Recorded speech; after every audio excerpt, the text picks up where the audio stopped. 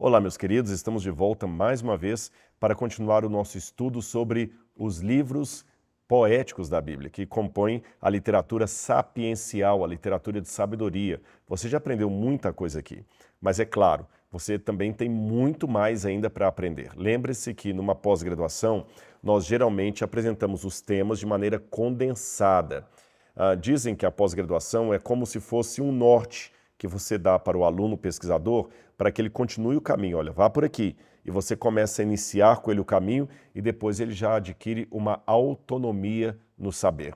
Então nós não vamos, é claro, ter condições de tempo e espaço para analisar cada peculiaridade dos livros dos Salmos, do livro de Jó, ou mesmo do livro de Provérbios. Por exemplo, o livro de Cantares, nós nem examinaremos aqui nas videoaulas, mas você já tem muito elemento para poder fazer uma pesquisa aprofundada sobre o livro de Cantares.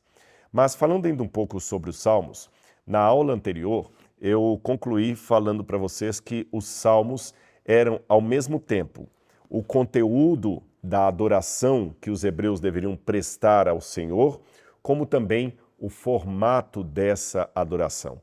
E que havia da parte de Deus uma preocupação muito grande em que os hebreus não se contaminassem com a liturgia de povos pagãos.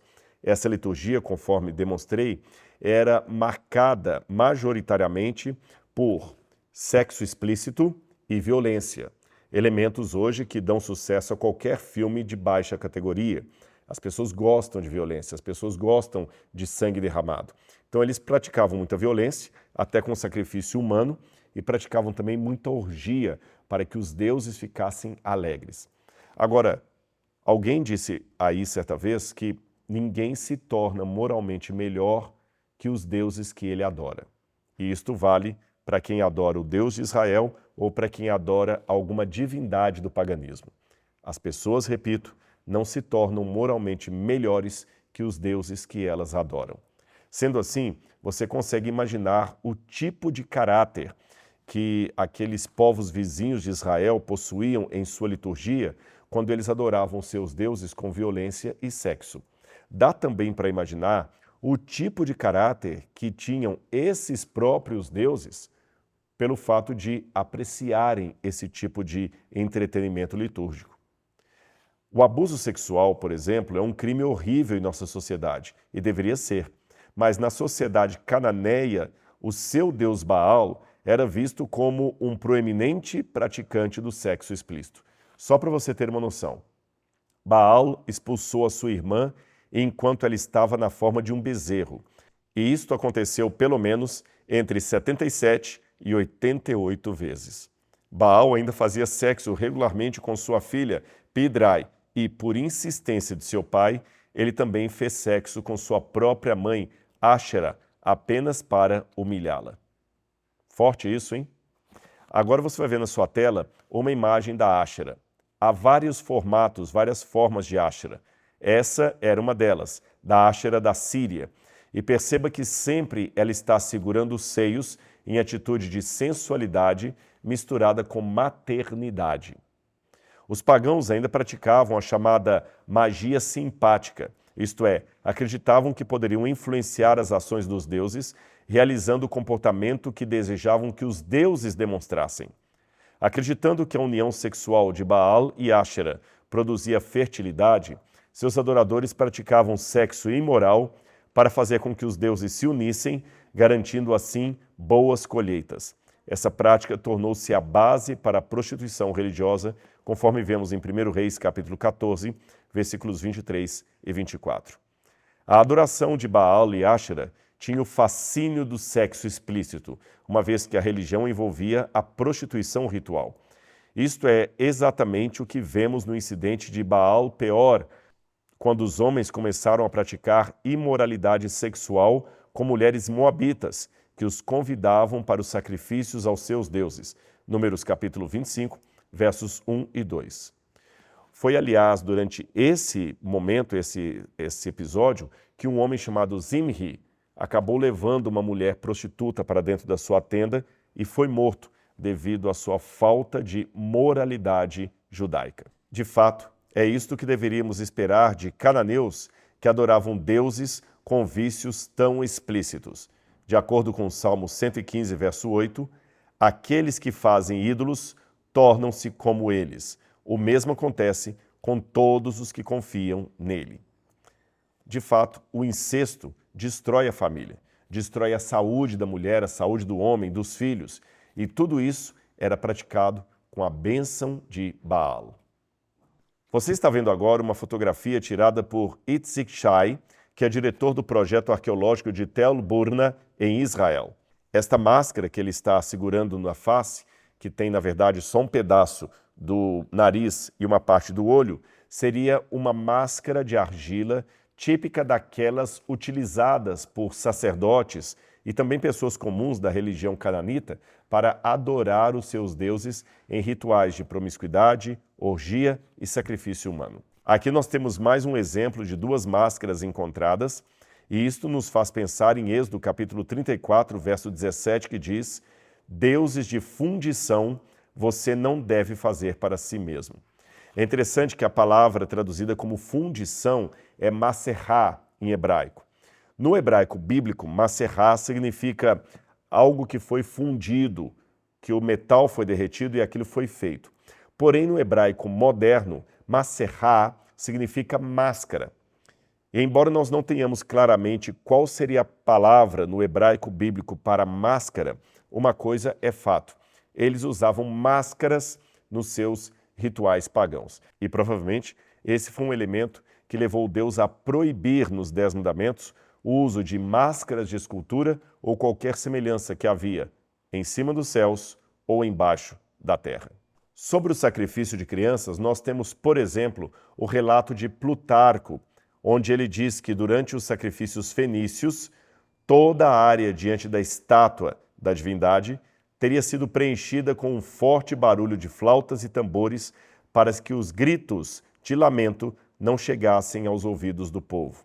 Ou seja, eles matavam criancinhas e tocavam bem alto a sua música para que o grito das crianças não chegassem até o povo. Esta é a declaração de Plutarco, que testemunhou vários cultos, especialmente de povos cananeus. E não apenas bebês, sabemos também que crianças de pelo menos 4 anos eram regularmente sacrificadas. Ainda de acordo com Plutarco, ele diz: mas com pleno conhecimento e compreensão, os cartaginenses ofereceram seus próprios filhos, e aqueles que não tinham filhos compravam os pequenos aos pobres e cortavam-lhes a garganta para que fossem cordeiros ou passarinhos.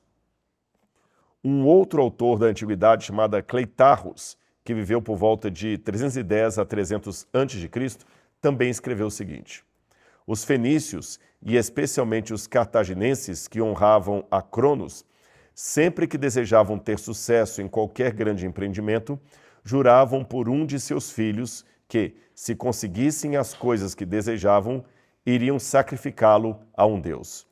Uma imagem de bronze de Cronos foi colocada entre eles, estendendo as mãos em concha para um caldeirão de bronze que queimaria a criança. À medida que a chama que queimava a criança secava o corpo, os membros murchavam e a boca parecia sorrir como se estivesse rindo, até encolher o suficiente para escorregar para dentro do caldeirão. Isso é muito forte. Essa imagem que você vai ver agora é uma reconstrução artística de como deveriam ser as estátuas daqueles ídolos que recebiam sacrifício humano. A criança talvez deveria ser colocada nos braços do ídolo e, a partir disso, deixada para ser queimada. De fato, a arqueologia encontrou em Cartago um tofete ou um cemitério de tofetes que era uma espécie de urna para sacrifício humano. E dentro dessas urnas havia muita cinza de crianças. Todo um cemitério cartaginense de criança foi encontrado. E hoje acredita-se que sob essas lápides estão cadáveres de crianças de 1 ano, 2 anos, 3, 4 anos e até recém-nascidos que foram sacrificados pelos seus próprios pais para conseguir algum favor dos deuses. Aqui também em Tel Gezer, você tem essas pedras levantadas que você está vendo aí na sua tela, e a parte que está com um buraco no meio seria onde os arqueólogos encontraram restos humanos carbonizados. Ou seja, houve aqui um sacrifício de seres humanos. Agora você vê, como é que nós hoje podemos também livrar os nossos filhos do fogo pagão? Hoje, evidentemente, não tem, a não ser que a polícia pegue algum caso clandestino, de maneira geral, nós não temos mais rituais pagãos com sacrifício humano. Não de maneira explícita. Mas, a despeito disso, será que não há uma maneira moderna e igualmente perigosa de entregar os seus filhos para serem sacrificados diante de um Deus pagão? Portanto, cuidado com aquilo que você permite entrar no seu lar, aquilo que você permite que o seu filho ou sua filha ouçam, cuidado com aquilo que você permite que adentre as avenidas da sua vida. Por fim, para falar ainda dos salmos, já falamos dos salmos de adoração, de louvor, de todá, de agradecimento, vamos falar um pouquinho também sobre os salmos de justiça. O livro de Salmos comporta uma parte que são os salmos de justiça, também considerados salmos de lamento. Nesses salmos existe uma busca por justiça, por refúgio, por livramento, e o livramento poderia ser da miséria, dos pecados ou do conceito de perdão. A pergunta que se faz é quem seria o indivíduo, o eu, que escreveu o salmo e quem é o inimigo do qual ele necessita ser libertado. Eles geralmente se referem ao santuário, ao sacrifício e à ajuda pela manhã e à purificação, que são evidentemente elementos culticos. Alguns autores têm enfatizado a identificação do narrador desses salmos individuais com uma pessoa que foi acusada de alguma coisa. Você se lembra que nós falamos aqui sobre Jó, como é que o caso de Jó era um caso jurídico perante o céu? Lembra disso? Pois é, aqui na terra também havia casos jurídicos. E a pergunta que se faz é, como a pessoa usava o salmo na sua peça jurídica? Ao que dá a entender, muitos que estavam sofrendo perseguição, que tinham inimigos, acabavam compondo um salmo ou pedindo a alguém que compusesse um salmo para ele, pagando evidentemente um compositor, e esse salmo era lido no tribunal ao falar da sua inocência ou do seu grau de não comprometimento com o crime arrolado. Essa é uma possibilidade. Nós temos também os salmos de ascensão, os salmos de peregrinação. Quem os caracterizou foi Klaus Seibold, que classificou os salmos desde os 120 até os 134 como salmos em que o povo cantava quando estava voltando para Jerusalém após o exílio da Babilônia e posteriormente nas festas anuais quando iam para elas. Isso aqui é interessante notar porque quando Jesus foi crucificado em Jerusalém, ele foi morto em meio a uma festa religiosa, a festa da Páscoa. E muitos peregrinos judeus que moravam no exterior iam para a Cidade Santa e no caminho iam cantando alegremente salmos de peregrinação, que também são chamados de salmos de romagem ou salmos de ascensão. Bom, salmo de romagem faz sentido, é só lembrar de romaria da Igreja Católica. Salmo de peregrinação também, é só lembrar a palavra peregrino, também de origem católica. Agora, salmo de ascensão, qual seria o sentido disso? Acredita-se que esse nome tenha a ver com o fato do Templo de Jerusalém ser construído num lugar alto, ali na colina, no Monte de Moriá. A segunda razão é que, por uma questão de reverência e respeito, ninguém desce para Jerusalém. As pessoas sempre sobem para Jerusalém. Portanto, um salmo que ela ia cantando quando voltava da Babilônia não poderia ser outro senão um salmo de ascensão. E qual seria o formato dos salmos nos 40 saltérios de Qumran? Você sabe, Qumran foi o local no deserto da Judéia onde centenas e centenas de manuscritos bíblicos foram encontrados, inclusive muitas cópias do livro dos Salmos. Então a pergunta é, como os salmos eram lidos por aquela multidão que vivia no deserto do Mar Morto? Ao que tudo indica, eles cantavam os salmos em forma antifonal, conforme eu ensinei lá atrás, na primeira aula, você lembra? E os arqueólogos também puderam descobrir entre os manuscritos do Mar Morto 3 salmos que não faziam parte do livro dos Salmos em hebraico. E um deles, que foi numerado como 151, porque há 150 salmos, é o Salmo de Davi em sua batalha contra Golias. Nós não temos nenhum meio de saber se esse salmo é realmente ou não de Davi, se seria ou não um salmo inspirado por Deus. De qualquer maneira, eu acho que você deve estar curioso para conhecer o conteúdo desse salmo que não está na Bíblia Sagrada, mas cuja cópia foi encontrada entre os manuscritos do Mar Morto. Vamos ler. Salmo de Davi, ação de graças de Davi após combater Golias.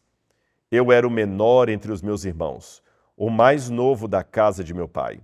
Ao conduzir o rebanho de meu pai para o pasto, encontrei um leão e um urso. Matei-os e despedacei-os. Por minhas mãos construí uma flauta, meus dedos fizeram uma harpa. Os montes nada testemunharam, as colinas nada proclamaram. Entretanto, as árvores exaltam as minhas palavras e o rebanho exultou os meus feitos. Quem anunciará a meu Senhor? Quem proclamará? Quem divulgará? Quem anunciará os feitos do Senhor de todas as coisas? Deus viu, escutou e ouviu a tudo. Ele enviou seu mensageiro para ungir-me, enviou Samuel para tornar-me grande. Ele me tirou do meio do rebanho do meu pai e ungiu-me com seu óleo.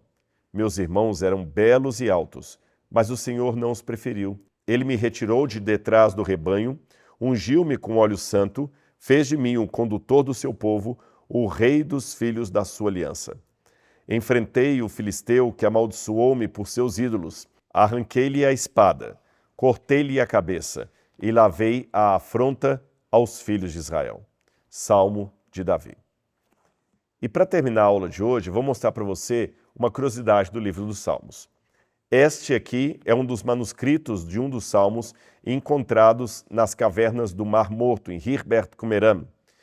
Veja que esse é o Salmo 11 e como eles preservam com carinho a escrita do nome de Deus. Eu vou demarcar agora no Salmo todas as vezes que o nome de Deus aparece em hebraico. Aqui está o nome de Deus em hebraico e na coluna 15, no terceiro e quarto parágrafo de cima para baixo, e novamente nós temos o nome hebraico. Também na coluna 16, você percebe na primeira linha o nome hebraico de Deus. E também na terceira linha, na quarta e na penúltima linha. Em todos esses elementos, o nome de Deus era tratado com muita reverência, com muito respeito. Na próxima aula, vamos fechar então esse ciclo de disciplinas sobre os livros poéticos e vamos analisar o livro de Eclesiastes de Salomão. O que nós podemos aprender com seu conteúdo? Assim como aprendemos com Salmos, assim como aprendemos também com Jó, nós vamos aprender muito com Eclesiastes do rei Salomão. Então não perca o nosso próximo encontro. Tchau, tchau.